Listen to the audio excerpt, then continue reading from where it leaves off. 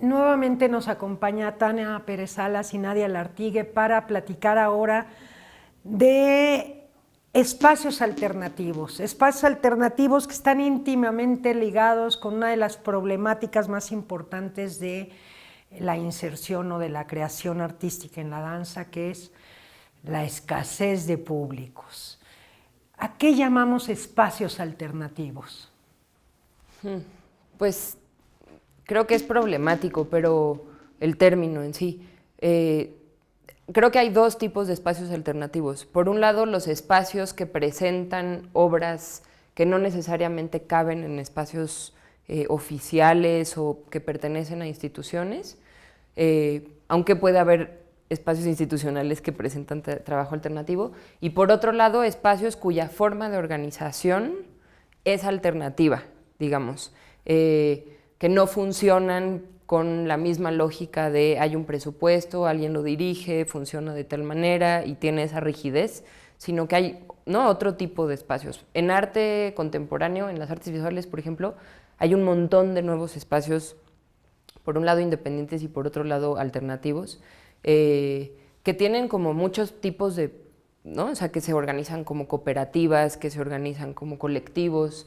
En danza lo que hay, por ejemplo, en la Ciudad de México, que es lo que yo más conozco, pero no es lo único, hubo el surgimiento de varios espacios que más bien como que responden a una necesidad de un coreógrafo y su compañía, que eventualmente abren su espacio para que eso también se convierta en otro tipo de foro, ¿no? Pienso en la cantera, pienso en un teatro, pienso en, no sé si los podemos llamar o no espacios alternativos, pero creo que son finalmente otras opciones a el espacio del teatro de la danza. Son espacios alternativos en tanto a su manera de organizarse y de difundir, que no están, digamos, con el mismo modelo de un teatro, de una institución, pero en cuanto a espacios escénicos son bastante tradicionales, acomodados a la italiana, todo esto, ¿no? Entonces tenemos que espacios no solo se refiere al edificio o al lugar donde se va a presentar la obra, sino también se refiere a los modelos y a las formas de organización de la entidad que está convocando a un público. ¿Sí? En cuanto a espacios alternativos, ¿cómo se produce o cómo es la manera en que me tengo que acercar a la producción para estos espacios alternativos? Bueno, yo lo que he hecho en realidad es como aquello que presento en un teatro tradicional, para acercarlo a otro tipo de público, para masificarlo un poco, para atraer inclusive a la gente al teatro tradicional. Llevo a otros espacios, que puede ser el metro, que puede ser el Zócalo, que puede ser una calle, transformo ese espacio y adapto una obra que normalmente se presenta en un espacio tradicional, la adapto para un espacio alternativo, ¿no? Que puede ser este espacio en el que estamos hablando, o puede ser la salida de una escuela, o puede ser el patio de la escuela.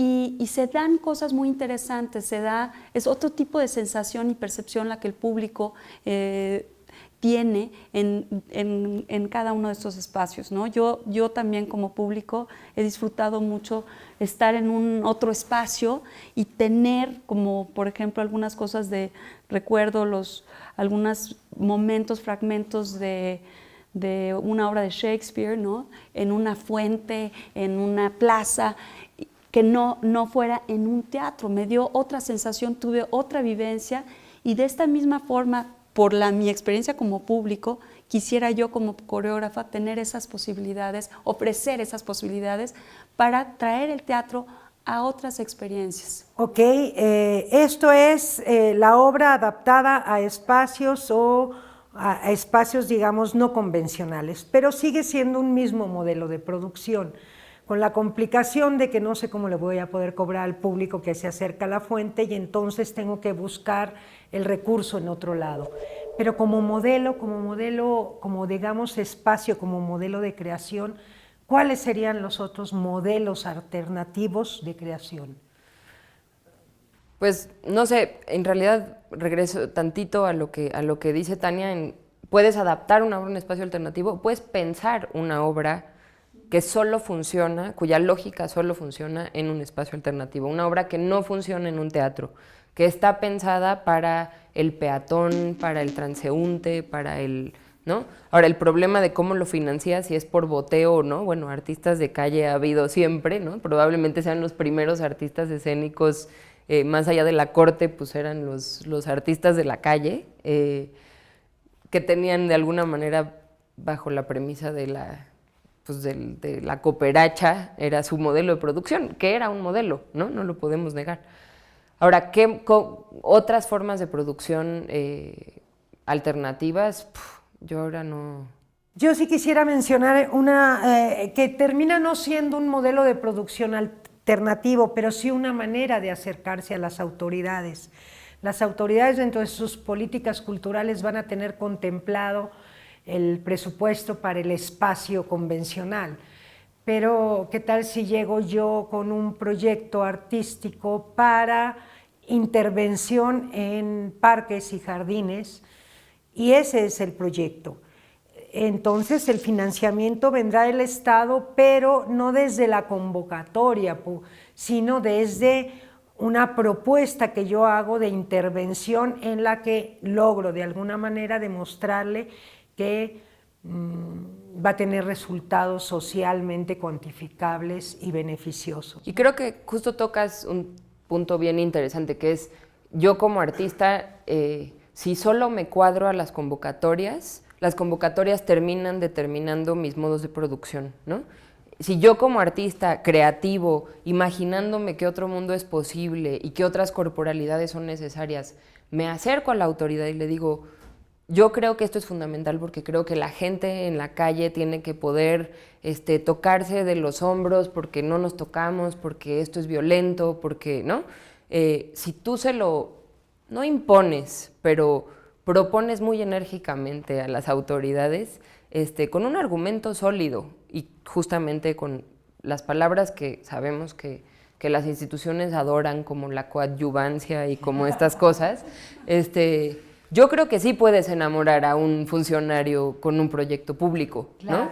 Y que justamente son los públicos que no van a llegar al teatro. Se me ocurre, ahorita justo que están mencionando esto, pues una recuperación de espacio, por ejemplo, haga un parque que haya sido, pues que haya tenido como hechos violentos, ¿no? Donde la gente ya no se quiera acercar a X hora, ¿no? A las 7 de la noche.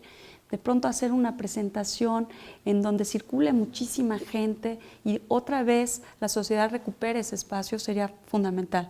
Justamente hablando ahorita de esto y un poco hablando de cómo hay ciertas obras que se adaptan a espacios alternativos, a mí me ha sucedido como alguien que de pronto se le ocurren cosas para una obra, el proceso para tener ya el resultado final de una obra me ha servido mucho presentarlo en espacios alternativos, porque ha cambiado un poco el proceso de la obra y el resultado final de la misma. Entonces me parece como muy retroalimentativo, ¿no? El poder tener estas situaciones, ¿no? para los procesos. Voy a dar un ejemplo para cerrar. En un momento dado había...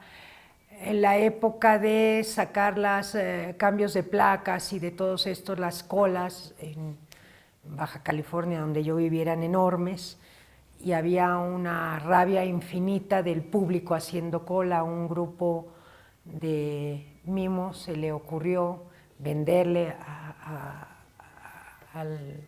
finanzas, entretener al público mientras hacían fila, y con eso se evitaron los dolores de cabeza del público que llegaba a la ventanilla furioso por las horas de fila.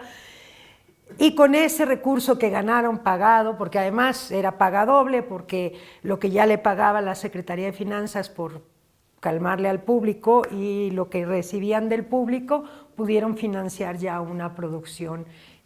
Desde ese tipo de cosas podemos llegar a resaltar como parte, ya estamos haciendo un servicio social, ¿no? Bueno, los invito a que revisen los materiales de lectura en la plataforma y procedamos a realizar los trabajos.